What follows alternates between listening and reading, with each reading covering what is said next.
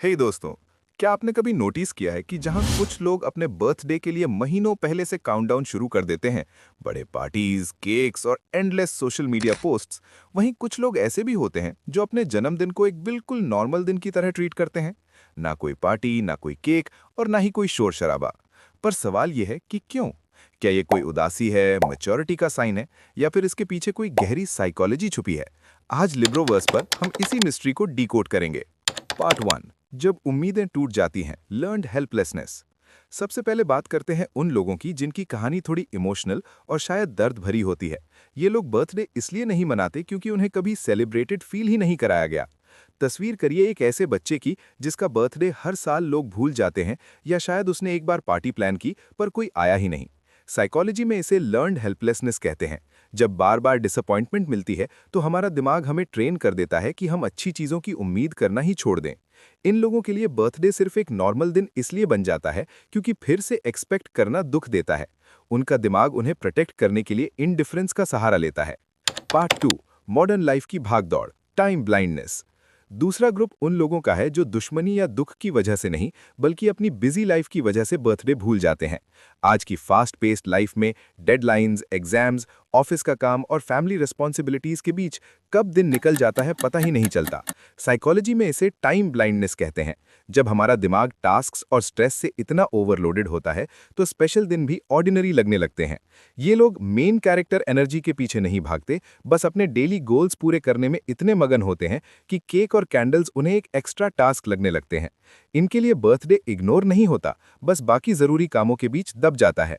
Part 3, emotional independence और maturity. अब आते हैं तीसरे और सबसे इंटरेस्टिंग ग्रुप पर। ये वो लोग हैं जो जानते हैं कि उनका बर्थडे है, पर उन्हें सेलिब्रेट करने की कोई नीड महसूस नहीं होती। ये ना तो दुखी हैं और ना ही बिजी, ये एक्चुअली इमोशनली इंडिपेंडेंट है। साइकोलॉजी की सेल्फ डिटर्मिनेशन थ्योरी कहती है कि जिन लोगों की सेल्फ वर्थ दूसरों की वैलिडेशन जैसे गिफ्ट्स, लाइक्स या पार्टीज पर डिपेंड करती है, वो अक्सर कम स्टेबल होते हैं। लेकिन जो लोग अपनी वैल्यू अपने अंदर ढूंढ लेते हैं, उन्हें कैलेंडर की किसी डेट की जरूरत नहीं होती ये फील करने के लिए कि वो स्पेशल हैं।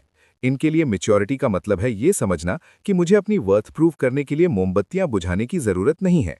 ये लोग ऑटोनॉमी और इनर सेटिस्फैक्शन में यकीन रखते हैं।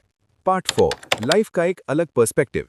सबसे हैरान कर देने वाली बात यह है कि ये एटीट्यूड सिर्फ बर्थडेज तक लिमिटेड नहीं रहता। जो लोग अपने बर्थडे को नॉर्मल मानते हैं, वो अक्सर अपनी पूरी लाइफ इसी माइंडसेट से जीते हैं। उन्हें स्पॉटलाइट की भूख नहीं होती और न ही उन्हें हर काम के लिए रिकग्निशन चाहिए होता है। इसका मतलब ये नहीं कि उन्हें कभी अकेलापन महसूस नहीं होता, आखिर हैं तो वो भी इंसान ही, पर उन्होंने अपने आप को ट्रेन कर लिया है कि वो हर दिन को स्पेशल देखें, बजाय साल में सिर्फ एक दिन अलाइव फील करने के। वो हर दिन की छोटी खुशियों में सुकून ढूंढ लेते हैं। कंक्लूजन, आप कौन हैं? तो दोस्तों, चाहे आप एक बहुत बड़ी पार्टी थ्रो करें या अपने बर्थडे पर आराम से घर बैठकर मूवी देखें, दोनों ही बातें आपकी पर्सनैलिटी के बारे में बहुत कुछ बताती हैं। कुछ लोगों के लिए ये पुराना दर्द है, कुछ के लिए प्रायोरिटीज, और बहुत से लोगों के लिए ये असली मैच्योरिटी और इनर पीस है। असली सवाल ये है, आप कौन हैं? क्या आपको दूसरों की सेलिब्रेशन चाहिए या आपने अपने अंदर ही सुकून ढूंढ लिया है? हमें कमेंट्स में बताएं। अगर आपको ये साइकोलॉजिकल ब्रेकडाउन पसंद आया और आप ऐसे ही लाइफ चेंजिंग टॉपिक्स के बारे में और जानना चाहते हैं, तो लिब्रोवर्स को अभी सब्सक्राइब करें और इस वीडियो को लाइक करना न भूलें। हम यहाँ ऐसी ही डीप बातों को सिंपल एनिमेशंस के जरिए समझाते हैं। अगली बार तक be curious and keep learning.